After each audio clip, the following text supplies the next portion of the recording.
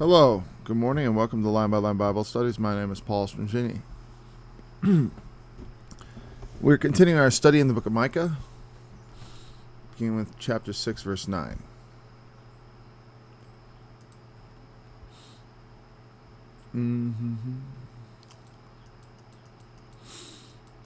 And, yeah, we'll just begin there. The Lord's voice crieth unto the city, and the man of wisdom shall see thy name. Hear ye the rod, and who hath appointed it? Are there yet the treasures of wickedness in the house of the wicked, and the scant measure that is abominable? Shall I count them pure with the wicked balances, and with the bag of deceitful weights? For the rich men thereof are full of violence, and the inhabitants thereof have spoken lies, and their tongue is deceitful in their mouth.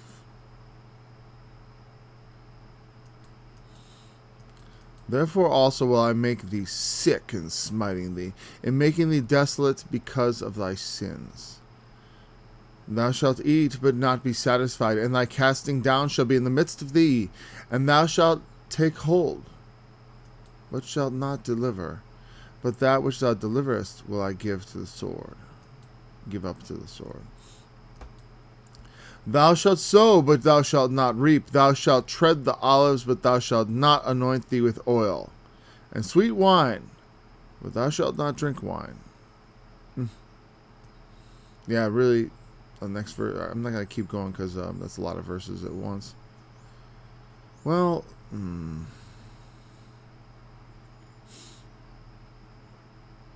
what do you say? Let's just add as a little conclusion here. Yeah, that's the end of the chapter. For the statutes of Omri are kept, and all the works of the house of Ahab, and ye walk in their counsels, that I should make thee a desolation, and the inhabitants thereof an hissing. Therefore ye shall bear the reproach of my people.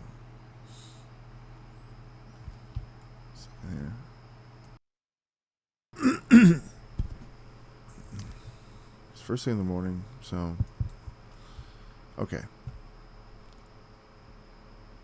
The Lord's voice cries in the city.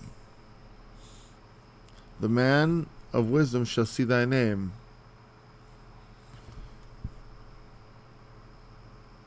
I think one of the ideas is this, is that, when it talks about the Lord's voice crying, and people say, well, I don't hear God's voice. It's like the truth is obvious oftentimes. Oftentimes the things that are true, it just cries out. But human beings are so indifferent to the truth. To the moral truth. To the truth of, this is wrong. And, it's like...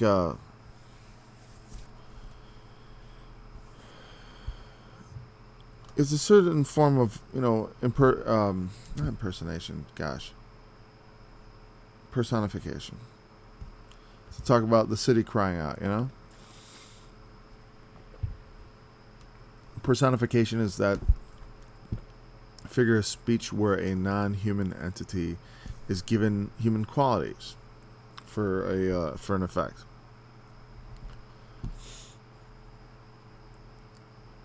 Though the city isn't actually crying out. What am I saying? I'm sorry. The Lord's voice cries, but in the sense of God is not literally, his voice isn't literally like you go in the city and whoa. But rather the prophet hears. The situation in the city makes God's will obvious. God makes God's voice, what God has to say. It's like yelling out at the cities. And someone who's wise can see what God would say. It would see thy name. The name, the fame is the name. I mean, like the God is defined not by a collection of syllables or a verbal, like a Yahweh or Jesus. That sort of thing. That's not what defines God. What defines God, rather, is his attributes and character and his feelings and the things he has to say about something. That's truly what defines God. Like God, like when you look in the Bible, what do we know about God? Is he like strawberry daiquiris and a steak? And these things are so immaterial to his nature. But what is true is that he loves righteousness and hates iniquity. Like that, those are the things we are most readily able to understand about God.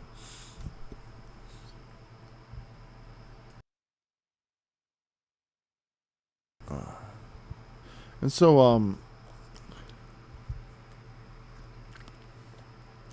the things that define God are, like the Proverbs says, and like this kind of gets into, the things he hates, the things he loves, and the things he hates. And one of the things he loves is, one of the things he hates, I rather should say, is the unjust balance, the lying tongue, and that's what comes up. Micah goes into that. So, that's why it says, it reference, the man of wisdom shall see thy name. It means in the sense of, how do you see a name? How does one see a name? Well, you can't see a name. I mean, he doesn't mean he's going to see the printed words on a page. Oh, look, it says the Lord's name. That's not what this means. And so I say the name is the fame, because to see here does not mean merely to have light strike the rods and the cones of the eye and be able to see, like, oh, look, I see the Lord's name emblazoned in the sky. That's not what it's about. Not even in the least. It is about perceiving. Take heed how you hear. Take heed how you see. Take heed what you see. When you look at something, like I think I use this removable hard drive, or one of them, I have several, as an example. What do you see? Do you see a black rectangular prism? No, it's not a prism at all, but a rectangular black object? Is that what you see? It is not, like, do you see just this paper? It's got words on it. It's important. It's got something. It means something. It's not just like what you see, but when you see, you take in. There's a thought that comes. There is a meaning behind what is seen. Like I could be speaking to you entirely verbally and say, "Do you see my point? Do you see my point?" It's like, see your point? No, I mean, do you understand? A man of wisdom will understand the name of God, will perceive what his will is, what his divine attributes are, seeing his voice cry out to the city. And what is the specifically here with a mind towards, hear ye the rod. He's using senses in a way here that are unconventional. See the name, hear the rod. And the rod is, O Assyrian, the rod of my anger, and the staff in his hand is my indignation. The Lord sent, when the Apostle Paul talks about how, our fathers, according to the flesh, chastise us for a time. The rod is a symbol of punishment, obviously, because the rod is used to strike. In fact, he was using shepherding. He was using, earlier in Micah, he was talking about the shepherds, right? And the breaking. And you remember Psalm 23, thy rod and thy staff comfort me. There's a staff for guidance and a rod for whacking on the bottom. And God, in this point of their history, has appointed the Assyrian as the rod. to come against his people, the rod to correct them, the rod to afflict them, the rod of affliction. And he started off this chapter talking about how he brought them up out of the land of Egypt. And I kind of glossed over that. I thought, I didn't gloss, but I didn't make much comment about Egypt and his redemption. Because Egypt is that redemption. Like, he redeems us from the bondage of sin.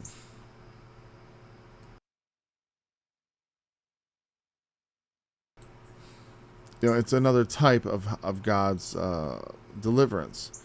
And when the prophets talk about it, I always like to make mention of how Christ has redeemed us from sin and from the law, from the corruptible nature that we have.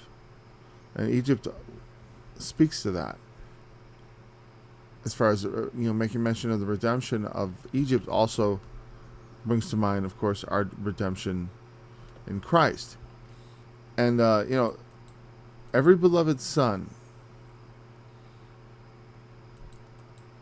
endures chastisement when he is not walking according to the ways that a righteous person ought to walk. You have to, in raising children, you have to guide them. There is the rod. You don't necessarily. It doesn't always have to take the form of physical punishment. And that's certainly, the Assyrian is a very severe form of punishment, and it's meant to destroy many people in Israel. But such is the degree to which they have taken the Lord lightly, and their heritage lightly, and their sins lightly. And people say, "Well, what's the big deal with the sins? Why does God do such bad things? Why does He allow such bad things to happen to us?" Sin is a very bad thing, because sin in our lives and the sins of mankind are what prevent man from inheriting eternal life. It is what perpetuates cycles of destruction. It is what perpetuates the collapse of civilizations. It is what, destroys our very lives. So, to purge us from our sins, to redeem us and purge us. There's two ideas. There's not just, God doesn't just want to redeem us like, okay, just turn to me and I'll forgive you. That's part of it. It's an important part of it, because we can't get out of this guilt.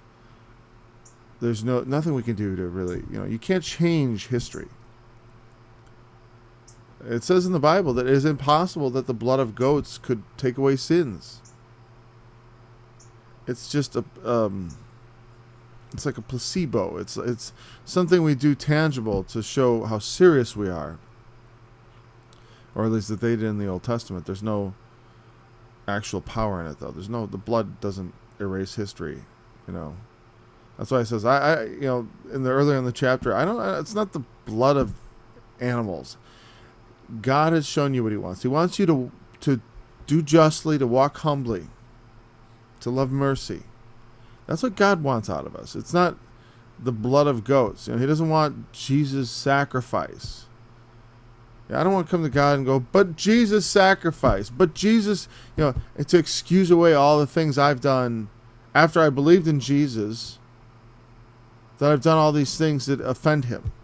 To me, that's very offensive. To take His mercy for granted, to take it as such a light and profane thing. It's like, well, Jesus forgave all that. God, it doesn't matter. I just do whatever. It makes me kind of angry, because it's like, He's not requiring for our salvation that we should, come to Him having first turned from our sins, that the mercy of God is upon us. And having this mercy, or thinking you have this mercy, and then at the same time being totally indifferent to it, having a very indifferent reaction. An indifferent reaction means like, well, Jesus died for my sins, so my sins don't matter. They have no bearing. There's no, it's not important what I do and how I behave. I find that offensive. It is important, because it's the thing that started to destroy me in the first place.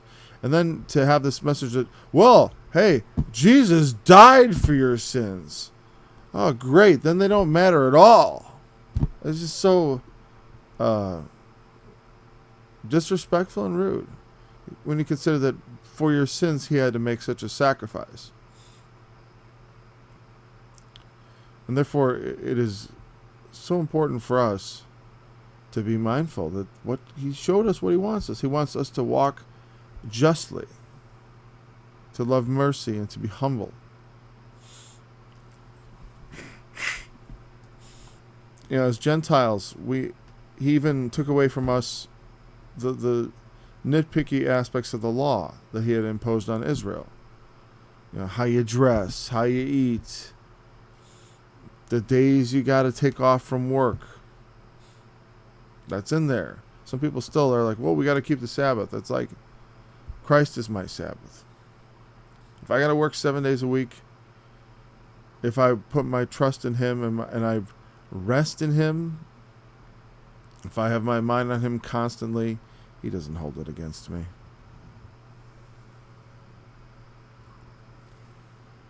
But when I behave unjustly towards someone, when the corruption of evil is in my heart, lust, greed, all the things that lead men to do evil in this world, that is not pleasing to him. That's what he came to take away. So he came to change about me. And if I have an indifferent attitude towards it, I don't know, maybe God is indifferent to me. Maybe my faith is a sham. Maybe I don't have a place in his kingdom. And that when I say I believe him, that's fanciful.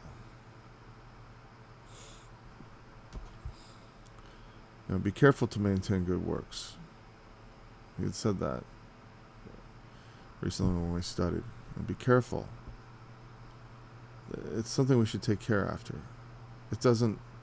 Our salvation isn't hinging on the good works, but if we have nothing, what does that say about our faith? And if there's nothing changed in us, or at least we have not pursued anything. It's one thing someone's like, I'm praying all the time. I'm looking to my God. I'm asking him, but my nature is such that I have such struggles in the flesh. God knows your frame. He knows what you're made of. He knows your capabilities.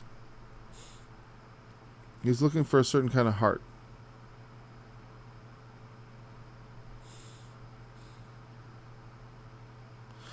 So, if punishment comes, we should hear the rod. Hear it. Hear the rod. Listen to the thing that is happening. Why are we suffering? If there's a reason. Job suffered for no reason. Sometimes, how blessed is it to suffer for righteousness' sake? How blessed is it to suffer and know that, it has nothing to do with sins. I got there's no reason. This isn't a rod. This is just something entirely different. God's not punishing me. Job didn't understand, but he knew that he had not done anything to offend God, to warrant what God had brought upon him, what God had suffered, existence to bring upon him by the enemy, by the devil. He knew he was not guilty of any sin. His friends were trying to convict him of sin. You must have done something. Surely something. I have never done anything to deserve the blessings that God has put upon me. And there are things I shall suffer that have no bearing on sins that I've done. I mean, I've sinned.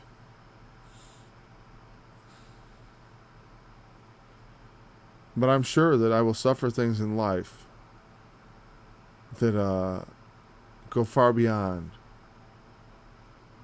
anything that I've done to be worthy of sin. The sins that I've committed. It's like if you're taking a just measure, it's like I expect to suffer beyond anything I deserve for my sins. A lot of times people think they have this sort of ultimate view that because of the teaching of the doctrine of hell, that the sin requires you to suffer forever. Like one sin against God is an infinite transgression. And that requires you to just suffer forever and ever. And one of the things I want to do with this daily study is, I'd always want to do a work on hell.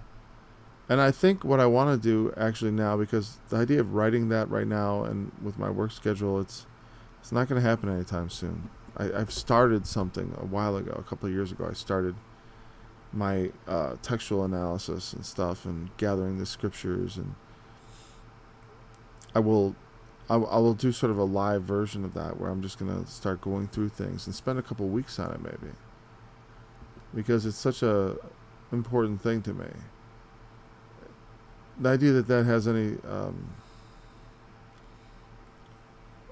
there's no equity in that. Like the idea that even in the law it's codified that you should not have punishments, two different kinds of punishments. Like if you do something bad against a rich man, you're punished worse than if you do something against a bum. Like, well, he committed a murder, but it was just a homeless guy. Who cares? And what's funny? Who was it? Geisler? I forgot, but one of the big theological guys said that. Says, we view things like killing a president or something, that's a worse crime. It is? Where the heck? It's not worse crime to kill the president than to kill a homeless guy. No. That's not, there's no difference. God is no respecter of persons. And when Christians start talking like that, it angers me, because that's not right. It's like, oh, well, the guy who's more important, it's worse. That's so wrong.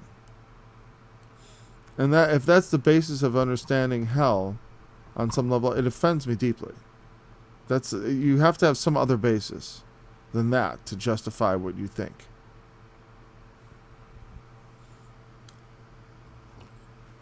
And fundamentally, I guess that it's funny. When I was thinking about this passage, I didn't think like, I'll talk about hell. But when we talk about wicked balances, the bag of right weights, the measure, it starts getting to me, because it starts making me think that, because that's an example of where I can readily see, like, theologically. It's so easy to talk about, in business and all that, and in the world of commerce. And sure, that actually absolutely happens, cheating. I mean, that's why when you go to the gas station, you look on your gas pump, there's some inspection sticker. Because, you're filling up your gas tank. And that's what verses 10 and 11 get into. You're filling up your gas tank, and what?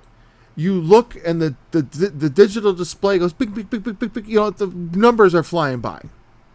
How do you know that that you're getting the amount you're supposed to be getting for the amount of money you're paying?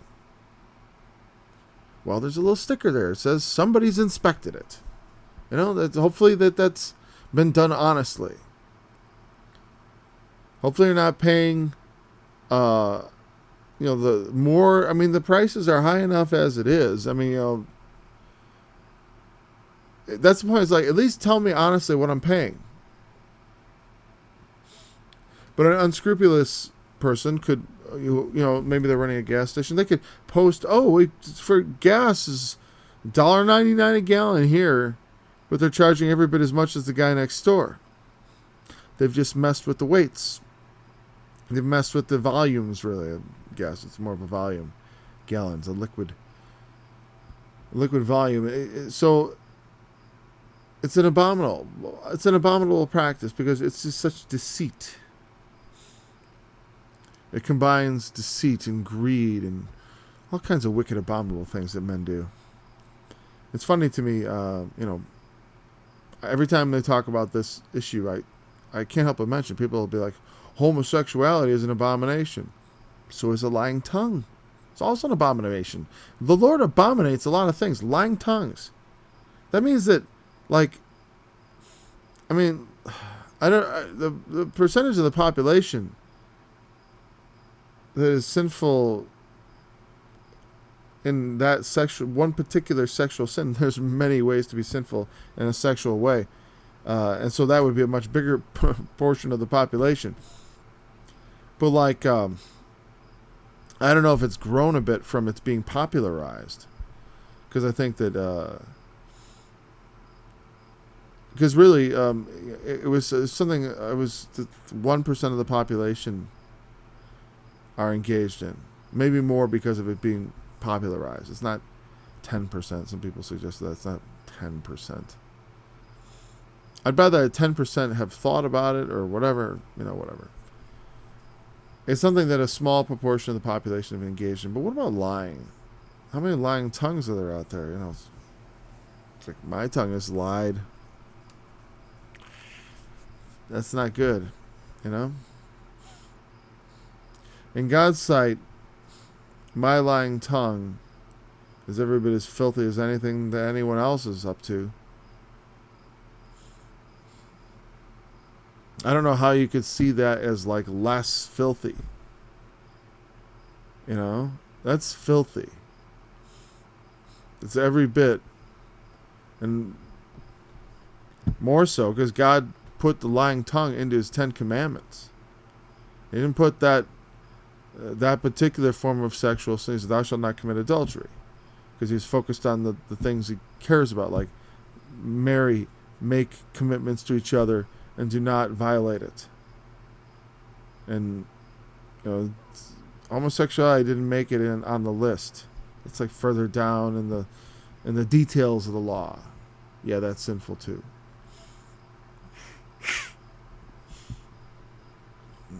But in all the prophets, the mention of it is so minor. And in Ezekiel, when he mentioned of Sodom and Gomorrah, he says, you know what the sins of Sodom were? Pride, fullness of bread, the abundance of idleness, and every wicked abomination was found in her. It's like the example people think of has nothing to, it's like, yeah, they were preparing to rape people. Guys were preparing to rape other guys. Rape is definitely, don't we all agree? Rape is bad. In a city that just approves of it en masse, that's a pretty wicked place. And you go to a city that's like, yeah, here, when the men of the city want to rape strangers, be they men or women, we are, that's part of our civic duty.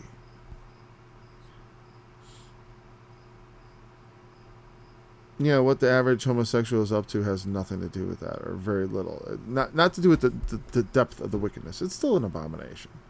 I don't want to mince words about that, but it's not the subject here. The scant measure is abominable. I've got I've got a gram, right? This is a gram. Here we have a gram. It's a gram, but I've filed off the bottom, or I've cored out the middle, so it's actually not a gram. It's something less than a gram. So I'm measuring things a little bit light.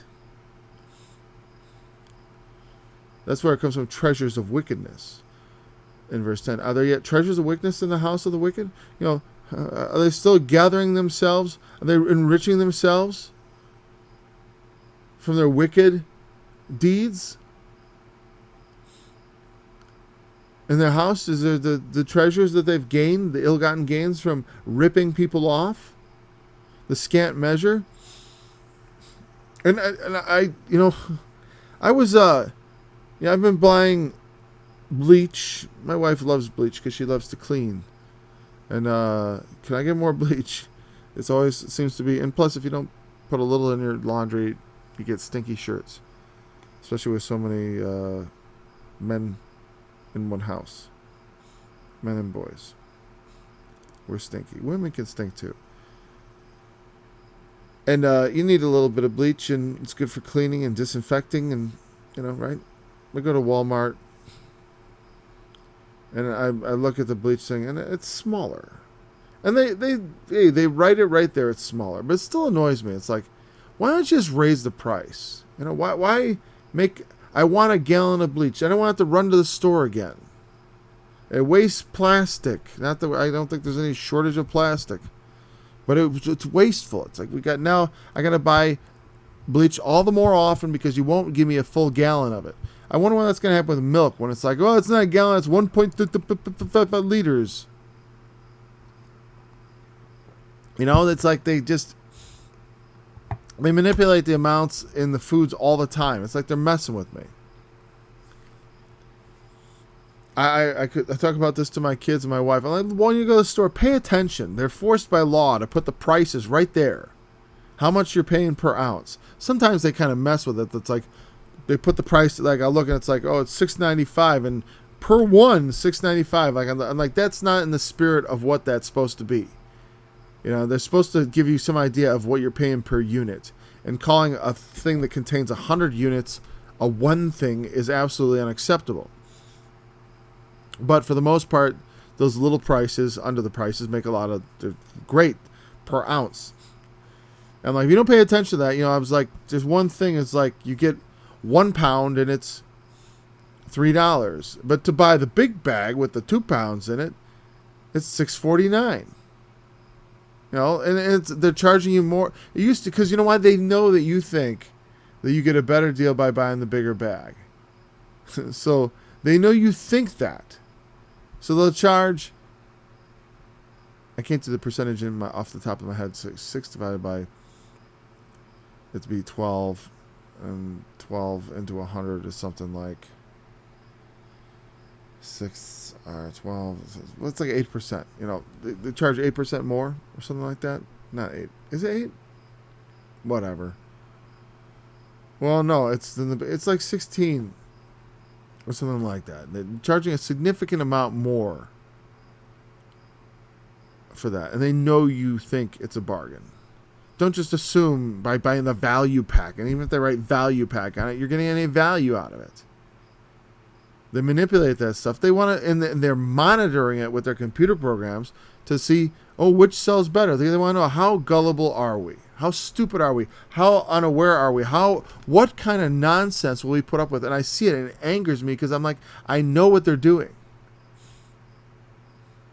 I know what they're doing. And it's abominable. It is. They still do it. They're still manipulating it, though it's much more transparent. It's one of the nice things that the government regulation has done. They're forcing them to put their prices out there. You know? Put the sticker on the thing. That's one of the good uses of government. You know, politically, I did my political compass a while ago. I discovered that I am just, I'm just a tiny hair right of center. Okay? That's where I stand. Because, I don't know, because whatever. Because that's how the test came out. That's where I stand. It's my opinions. I'm very libertarian on some things, but I'll tell you what. I like that the government makes them put their prices out there. Put your prices out. I like that the government comes by and inspects the pump. They need to be, sometimes people need to be watched. That's a good thing. It's one of the ways in which our society is virtuous. You know, we value a just measure. That's a good role. That's a good something the government ought to do, oversight of that kind of thing. It's a righteous thing they do, because the wicked will do whatever they can to get away with it, to make a profit off of you. Nothing wrong with people making a profit. You know, I believe in free markets, because freedom, you know, for men to be able to do things, you know, if they're doing them righteously without breaking the law, it helps the whole society become a better place. You look around the world. Why is the world becoming so prosperous? Because they stopped, you know, those wicked ideologies, those godless and evil ideologies of socialism and communism. Because those things destroy it. Because what it says is, I don't want to get into political, but it doesn't solve this problem of equity. It doesn't solve it. All it does is basically makes everyone equal by making everyone equally miserable, except for the political class, who become the new elite. I mean, what it means is that only the politicians can be rich. And that's how it is in socialist and communist states. The politicians, the people in the military, if it's a dictatorship, you know, like down in Argentina, the military people are enriched, meaning the generals and those in power in the military. Not that the grunts are getting much richer, but they eat, and then they help the wicked men in charge enforce their laws. The political class becomes enriched, and the people all, you can't rise above. There's no opportunity for me to stick my neck up and get somewhere, because they've rigged the system so that as soon as I do start getting up there, they're going to start taking away everything I've earned. I've said many times, I'm proud to live in a country where we don't have people starving in the streets, except for sometimes we don't take care of the mentally ill, But poor people have access to things like food stamps and things like that, and they don't starve. And that's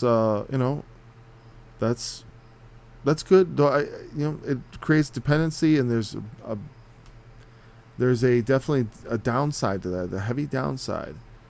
People become dependent, but I'd rather struggle with that problem, the problem of dependency. I think it's a better thing to fight to have as a issue than saying like, we got people starving. Though honestly, I think there's better solutions than the ones we have, but hopefully we can work them out, because we have massive amounts of debt in our country. It's the end of the political. But because it gets into this economic issue of the scant measure. Those with wicked balances. The bag of deceitful weights.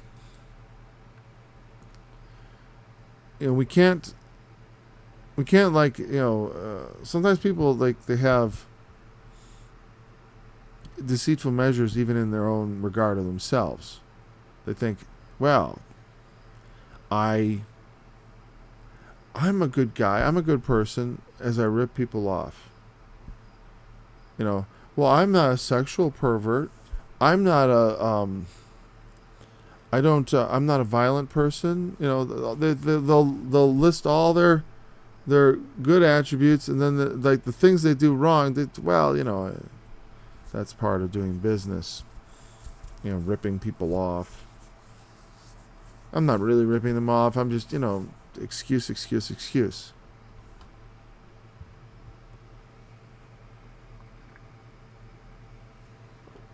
There is violence. The rich men thereof are full of violence. The city.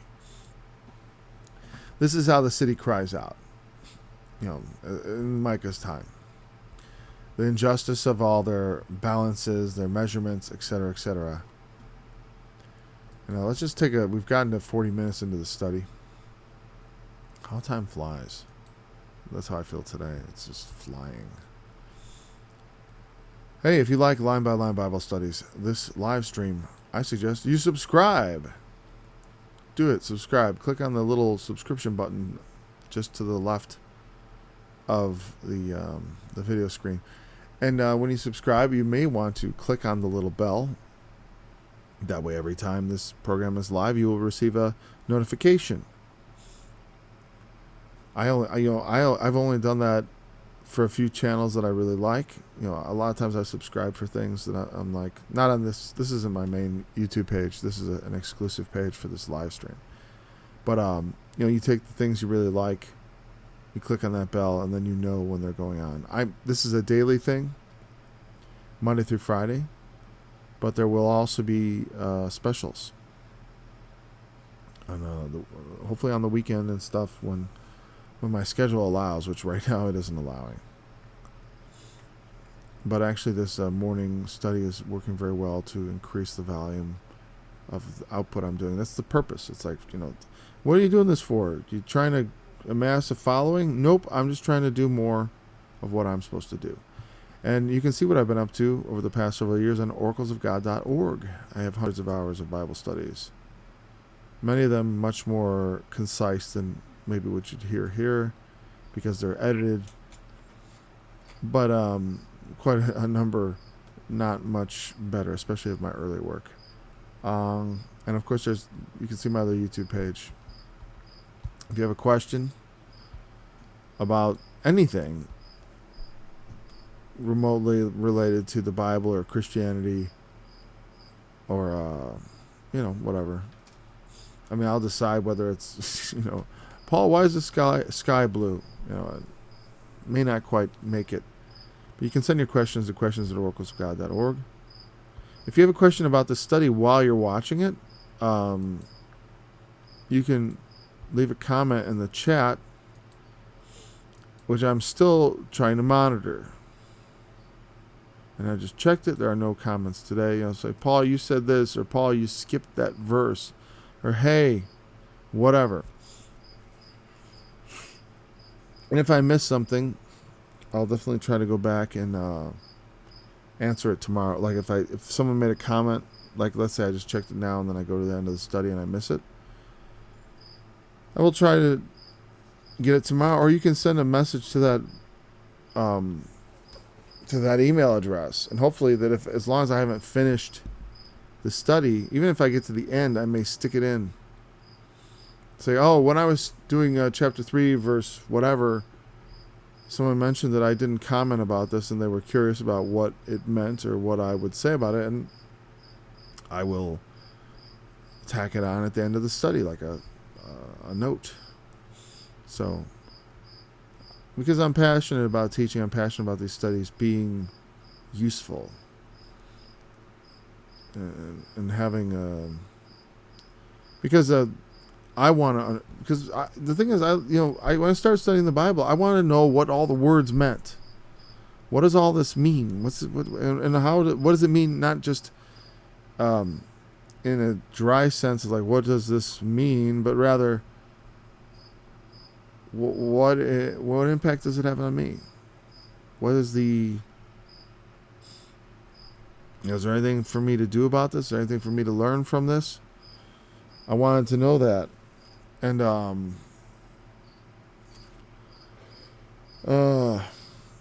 so so understanding each and every passage is something that I value, and I don't like to skip over it, but it's like I can get quite long-winded, etc., etc. Start feeling like I was just explaining that too much. The rich men of the city are full of violence. We have, like I said, we have a lot of protections in our country. But certainly the wealthy have no qualms about using the power of the state, which has kind of a monopoly on violence. The state gets to be violent. It was a little more lawless, a little more Wild West. In the ancient times, we talk about the Wild West, but the ancient times were all like the Wild West, as far as there was a lot of lawlessness, a lot of, it was difficult to enforce laws. And, of course, as always in politics, the influence of money is corrupting. Money is, and people want to just eliminate it, but it's like, the power of money is it's important because it's like, you don't want to totally take it away, because it enables the righteous also to speak. Funding. People need funding to be able to get their message out, to be able to create content and things like that, right? It's necessary to fund things. Fortunately, like in this day and age, it's like how much, this. I had this webcam laying. It's a good one, but I bought it years ago. It was like, and it's not the greatest thing now, I suppose, but back then it was like $150 or something like that, or maybe about $100. But that's nothing. $100 for a webcam. My microphone is from my music ministry. It's a really nice one. The AKG C100. Couldn't get the 414 because that would be $1,000. This is the toned down version. Only costs $400. Okay, it's for my music, but I use it for this because it delivers nice quality. It's a very faithful reproducer of sound. I've got a couple $100 for my sound in and out. But this could be done even much more cheaply than that. But still, it's like the whole cost of the production, even if you throw on the computer, is a couple $1,000s, right? Overall, I mean, and I didn't have to buy the computer exclusively for this. I already had it for other reasons. I already had the microphone for other reasons. It's not just I had to outlay this just to do this. But my point is, like, let's say it costs $2,000 to do something like what I'm doing, right? Just to get all the necessary things in line. Let's say you need $2,000, like starting from scratch. That's an incredibly small amount of money in this day and age. I mean, it's significant, right? To have spare $2,000 to be able to do this. You have to either make sacrifices or be able to make a bit more than it costs you to live. But considering, the cost of living in our society, $2,000 is for a lot of people like a month's wages. That's significant, but not like if you really want to, you can't find a way to make that work. Certainly people find, ways to buy big screen TVs. They find ways to have the computer. A lot of these things they already have. So my point is that money is not all evil. I realized I was getting away from the verse, so I'm not going to dwell on that any longer. But it allows us to speak, right? Politically, and like this. I'm thankful that it's very inexpensive in our day and age. But still, there are, if you want to, reach a lot of people. Let's say I wanted to get this study in front of people, which is not my goal at all. To get lots of people listening. It's like, I want as many people to listen as God cares to bring, but I'm not. I'm mostly interested in doing it. Not the number of people listening is irrelevant. I used to care about that when I was young. I used to think, I want all the people to hear my music. I want all the people. I'm not. I don't think that's not the point of it. It's that I should do it, and then it's like after 1,000 years, I'm sure plenty of people will hear it. So you gotta have the long view. But if you needed to make your message go out, it would require money. The rich men thereof are full of violence, and the inhabitants thereof have spoken lies. The tongue is deceitful in their mouth. I've talked about the deceitful tongue, the lies. The state has a power of violence. It can use violence. It can come to your house and just take it away. The state is able to do that. We have laws that constrain it, but in many countries, the power is unbridled. And it becomes more and more corrupt because the rich, they can influence politicians with donations, with just outright bribes in some countries, And so they become full of violence because they will use violence to get, they will use their riches to obtain even more violence, even more riches. And they will lie, cheat, and steal to get what they want. And he says, "I will make you sick and smiting you. I'm gonna make you. I'm gonna. The rod that they're supposed to hear the correction that's coming. I'm gonna make you ill. I will make you sick from striking you." I don't know. I broke my foot last year. And that was a new 10 for me on the scale of pain. Like, I never felt anything that painful up to that point. I broke, I believe it was the 5th metatarsal. Is that what it's called? I forget. Basically, one of the bones in the middle of the foot to the far end of my right foot, like the outside, the pinky. Like, if on your hand, if you broke this thing, on your foot, it's kind of like the same thing. Somewhere in there, I broke a bone. And it's funny because I knew that I'd hurt my ankle and foot, but I almost felt like it was so painful. I felt like ill. I laid down, my lips went cold, and I felt like I'd done something worse than merely break a bone. It just felt so painful. that it made me like sick. Not well, it was not. I was dizzy. I had to lay down. It was just a bone in my foot that was broken, but I had to like lay down and close my eyes because I was like dizzy with pain, like because it was just very powerful.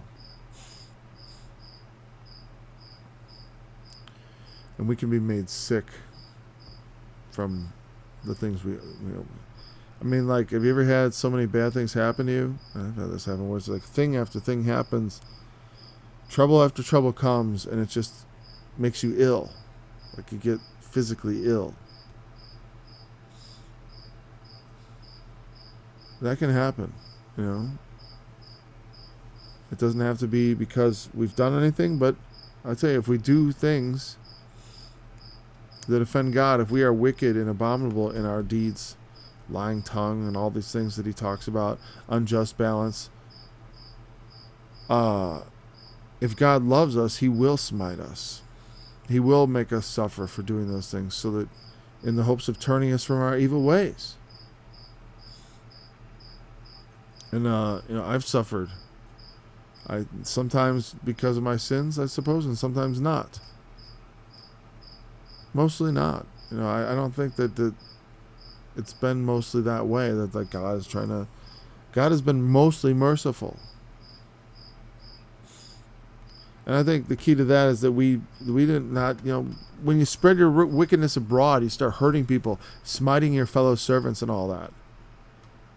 It becomes much more of an imperative that if he cares anything about you, for him to punish you and bring you back into alignment with the truth. And making you desolate because of your sins. This is what God did to them. And because they were greedy, they were sinful. They were ripping each other off. The men of the city, the rich men. He says, "You will eat but not be satisfied." It makes me think of like the legends of in Greek mythology of like I forgot. Tantalus and the other guy, where he would roll this. The one guy, Tantalus, I remember, was the guy who would like be neck deep in water and with food just out of reach and stuff like that. But I was thinking of the guy who rolled a stone up the hill, and then it would go. It would immediately roll back down, and he had to roll it up again. He'd get to the end, and it was never done. Job was never done. Satisfaction never comes. The relief of completing an action. And greed is like that, though. It's like people, it's never enough. It's like the money they have is never enough. It's always got to be more. The obsessive pursuit. Because it's good to make, in business you should profit. In spirit you should profit. In spirit, it's good to never be satisfied, as far as I'm concerned. You should always be hungry. It's kind of a good thing. It can be a good thing. But when it comes to the things of the flesh, it's not a good thing. You don't want to eat your dinner and not have any sense of satisfaction like you fed your body. Be like, I'm still hungry, unless you learn to love that feeling of hunger.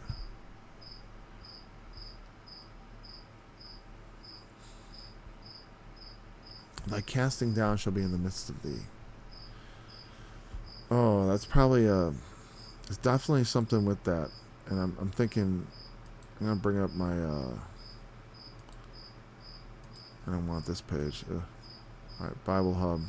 I'm just thinking casting down. Doesn't that verse strike you as somehow, like casting down should be in the midst of it? What does he mean by that? And then,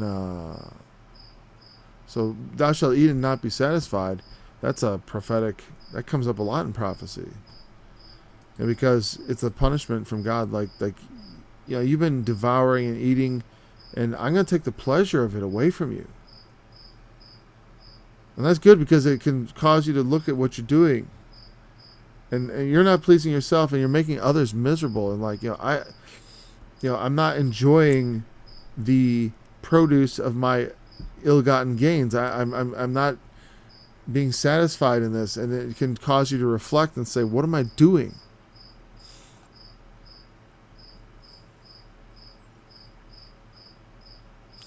Yeah, even when I look at the Bible Hub here for this, the Strong's number is 3445, is shock. And the definition says perhaps emptiness, because I'm not sure what it means. Now that actually, in this context, makes some sense. Like, because your emptiness is in the midst of you, and meaning, you eat and are not satisfied, and you're full of emptiness. Uncertain derivation, they don't know where it comes from. The New American Standard Bible translates it vileness.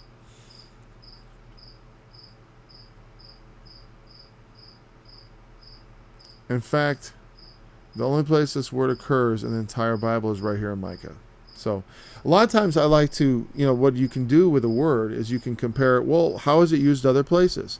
And through the context, I remember in school I was really good at that. Like, I could figure out what words meant in the context. I was pretty intuitive at it. And sometimes it doesn't require a lot of intuition or skill. But in this context, while it's a bit of a puzzle, here's what Strong says. That's funny. Strong's exhaustive concordance, I think, has the best. Oh, I was reading okay, yeah, it says in the Brown Driver Briggs, which is like a lexicon. I have one, and now it's become meaningless because of the internet. Big thick books. It's like I wish I could almost let go and just. Not those books. Those books are school books for the kids. But in my cabinet, I have a lot of books that I still like the physical book, though. Sometimes I like to just get out the Hebrew concordance and touch the pages and then put it away. I'm just kidding. But it's like, I don't know, somehow I'm still attached to real books, even though I could do all the research right here. It always feels more permanent. I don't know. I gotta upgrade. I wish it was a little more modern in that sense. I take advantage of technology. I don't want to be a dinosaur. I don't even have a smartphone. I don't even really want one. But the Brown Driver Briggs says it is emptiness of hunger. The meaning is conjectured from the context. Meaning, everyone who has interpreted the meaning of this word has conjectured of its meaning by looking at the context. You will not be satisfied. Your will be in the midst of you. Your sin, your iniquity, whatever. And they conjecture it might mean hunger. Strong says from an unused root, meaning it's not used in the Bible, but it is a root of the Hebrew language that means to gape, to be wide open, as in the empty stomach or hunger. So it certainly doesn't mean casting down. That was a conjectured interpretation. Here's a great example where the King James falls a little flat. Like casting down should be in the midst of thee. I don't see the context of that. Maybe with the unjust balance or something. But I like being able to interpret it with context. The things you've done, you will eat and not be satisfied. And the deeds you've done against others, ways you've ripped them off, the emptiness of your doings, the wickedness, that is going to be in you. You've left others empty, you will be left empty.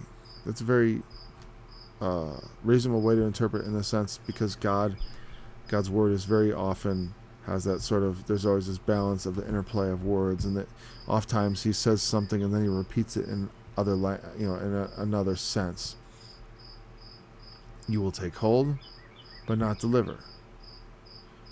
Take hold meaning like, oh, let me grab and save this, or this person, this thing.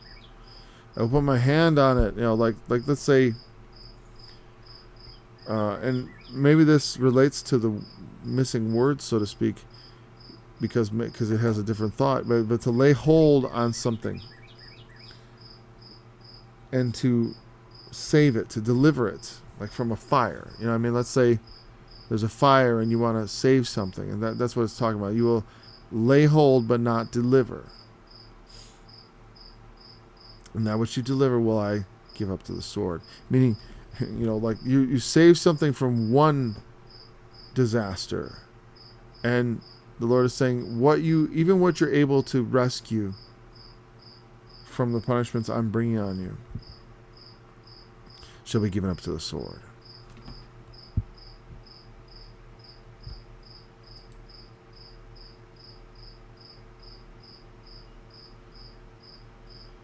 Okay, it's 8 o'clock. And I had read this whole chapter, but I feel like shall I extend the study another? I was thinking, well, is anyone like, I gotta go to work? Probably. But I know that it's a not very widely viewed thing, and you can always come back later and watch the last 10 minutes. I feel like I want to finish this up. Shall not deliver, thou shalt sow, but shalt not reap. Thou shalt tread the olives. And these are things that are often reversed when God talks about blessing me. Not just me, but talks about blessing us, right? When he talks about blessing us prophetically, he'll say, they will sow, they will reap, they will enjoy the fruit of their labor. Because in the punishment that he brings, what happens is they sow and the Assyrian reaps. They sow and another person comes and takes what they have. Oftentimes that, we work all our lives for wealth that is gobbled up by others. When you work paycheck to paycheck, you're not really, you sow, but you're not really bringing anything good for yourself. Though, in our country, I feel like we're all doing all right compared to some places, certainly.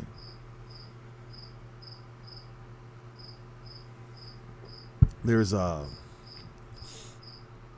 much more. There are places that are much more impoverished. The world has gotten a lot better in the past couple decades, but there's still a lot of poverty. Still a lot of people who truly suffer, who truly are under wicked governments, that take all the produce of their labor and that they have nothing.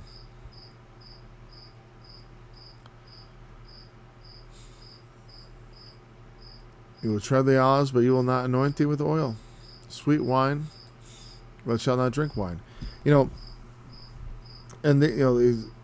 he talks about the grain, the oil, and the wine. It's always like those three things: the vine, the olive, and then the sustenance.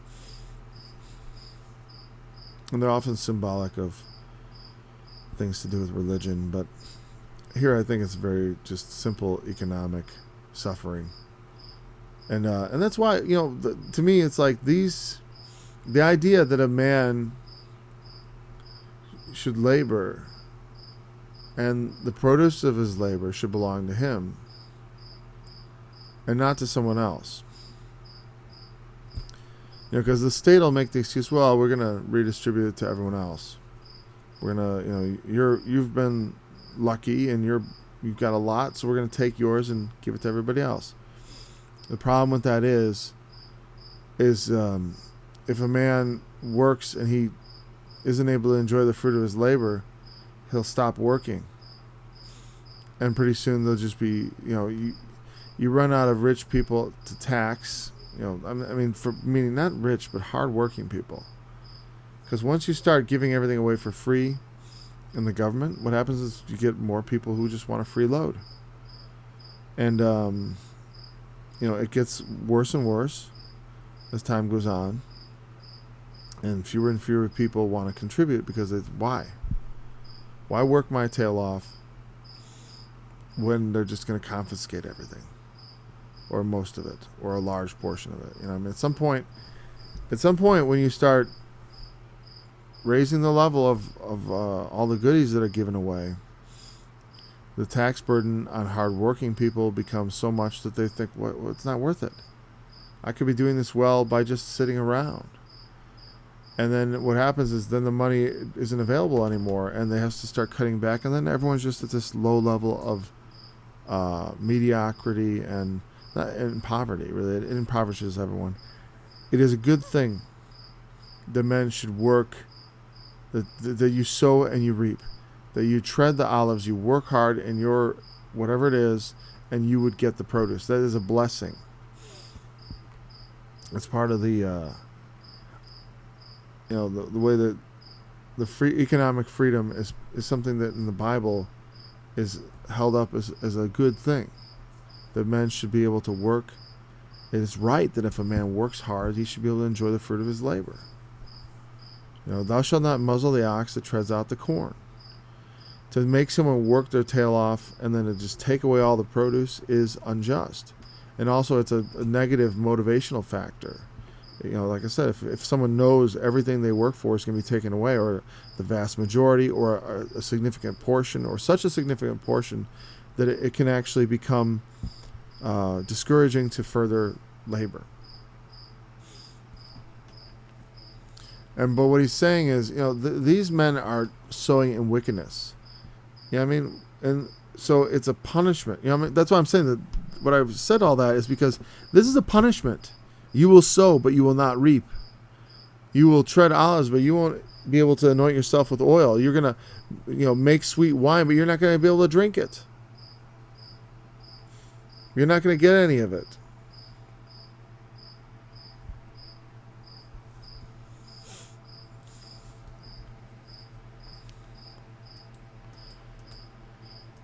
Okay, last verse. And this is an easy to explain verse.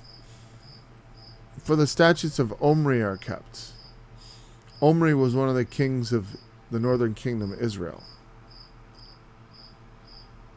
And so also Ahab. He said, all the things that they said, these were some evil kings. Corrupt. Ahab was the one his wife was Jezebel. She's, the name carries a connotation of evil. Jezebel.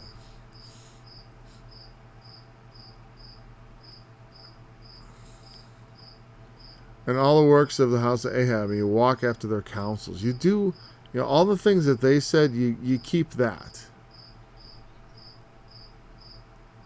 And what he's saying is that they were corrupt. They did things corrupt, not just yes, against the Lord, because sins against humanity, God takes also an interest in. But the things they've done to their fellow men, the way they've rigged the system against the little guy, against the common man, and taking away their labor from them, a lot of this is reciprocal, because they, through their power and through their wealth, corrupted justice and brought down evil on people. That's what, when I see things in the system that are against the people trying to struggle to survive, people trying to build something, trying to build a small business, trying to do something productive in this world, but those on high and the giant corporations with all the money using their influence to keep people down, and to make it so difficult for small operators to do business, so that it becomes essentially a monopoly for them. Meaning, if you're not have all these resources, you can't even start something like that. I'm not going to get specific, but they use their power and influence to create laws that bar you from entry to certain industries, that make it so difficult to do business in that arena that you just don't.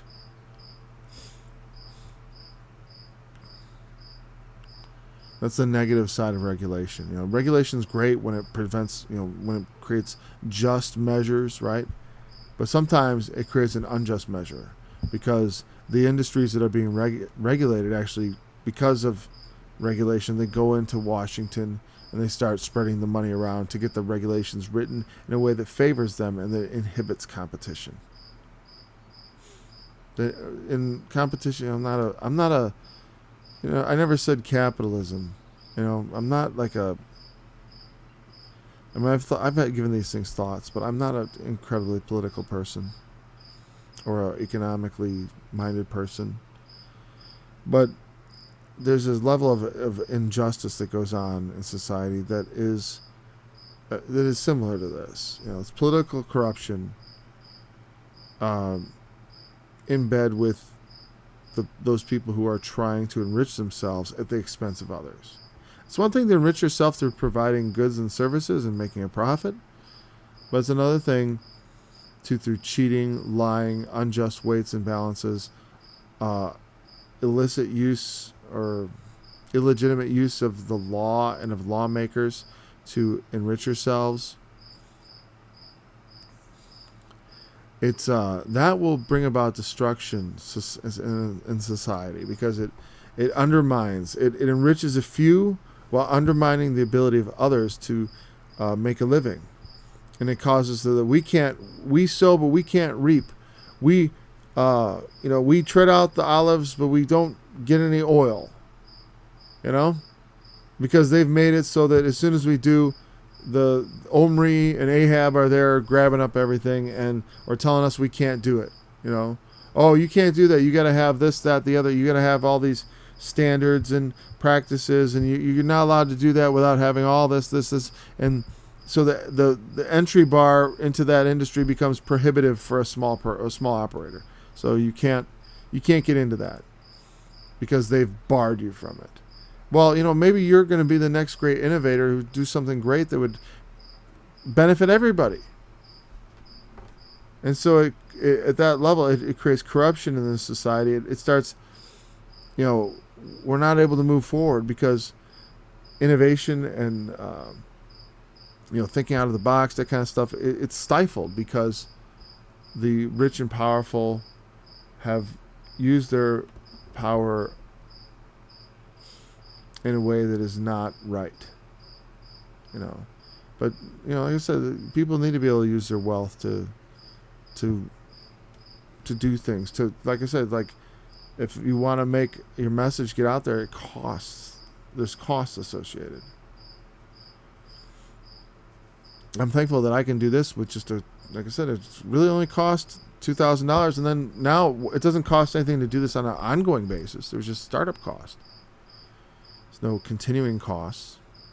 I mean, there is sort of. But I'm gonna have the internet anyways. It's very small compared to, like, say, Arnold Murray, my old teacher who I rejected. He had to get this gigantic satellite uplink. Like, he had like this, he called it Big Mama. It was this huge satellite dish. I thought about taking a picture of my satellite dish, this little thing, and putting it on, on my banner or something like that, like kind of as a joke.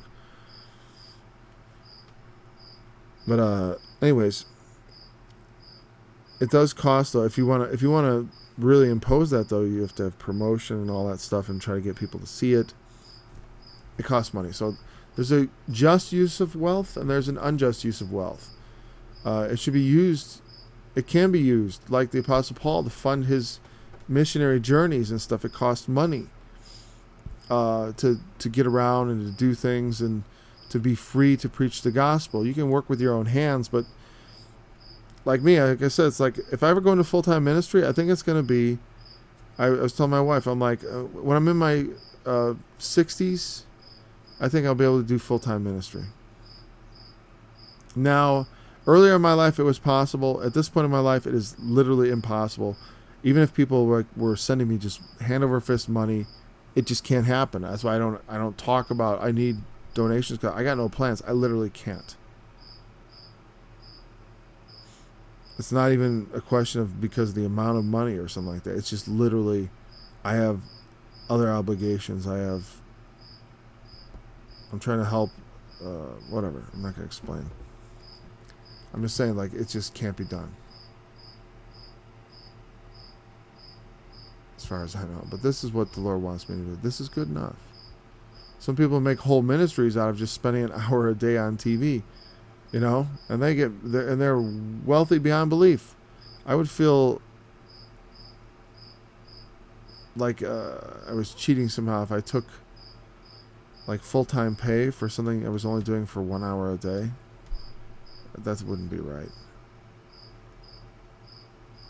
Not that I don't accept donations, but I don't have to have a conscience about it because there's so few. You know what I mean? There's just so few, and that's fine. If you walk in the counsels of Ahab and Omri, the wicked kings of Israel, God says, you do that, I will make you a desolation. I will make you a hissing. What is a hissing? It means like, like when you blowing through your teeth, like, ooh. Like what? Like when somebody gets an injury, you ever go? You make that hissing sound. That's humans have done that for thousands of years, and that's what it refers to. So it's like, I will make you a hissing. Like when people go, oh, you hear about Israel? Oh, that was pretty bad. Yeah, they had it. They got walloped. Bad things happened to them. And the reproach that fell upon the people, what he's saying is, you will bear the reproach of my people. Specifically the city rich, the cosmopolitan, he's saying you are not escaping because you have a large part in this. And in the wickedness and the destruction of our society, you have profited. I think about all the Hollywood elite and all that stuff, as far as not, I say Hollywood, but I mean, let's just say entertainment, all the garbage they put out, corrupting the minds of the young people, corrupting the minds of all the wicked productions from pornography, or just from, not even just pornography, just entertainment.